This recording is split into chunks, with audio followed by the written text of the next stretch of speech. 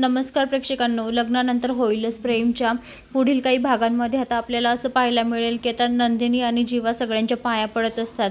मानिनीच्या वसू आत्याच्या वगैरे सगळ्यांच्या पाया पडत असतात। तर त्या ठिकाणी आता वसू आत्या म्हणते, वसू आत्याच्या पाया पडायला लागते नंदिनी। तेव्हा आता वसू आत्या म्हणते की नंदिनी, तू आता तुझ्या थोरल्या जाऊबाईच्या पाया पडायच्यास। तेव्हा आता हे ऐकून पार्थला आणि काव्याला सुद्धा धक्का बसतो। तर आता नंदिनीला खूप मोठा धक्का बसतो, कारण वसू आत्या नंदिनीचा खूप राग करत असते। तर रम्या आता मनातल्या मनात हसत असते। रम्यालाही खूप आनंद झालेला असतो की मम्मीने बरोबर डाव साधला आहे की नंदिनीला काव्याच्या पाया पडायला सांगितल्या।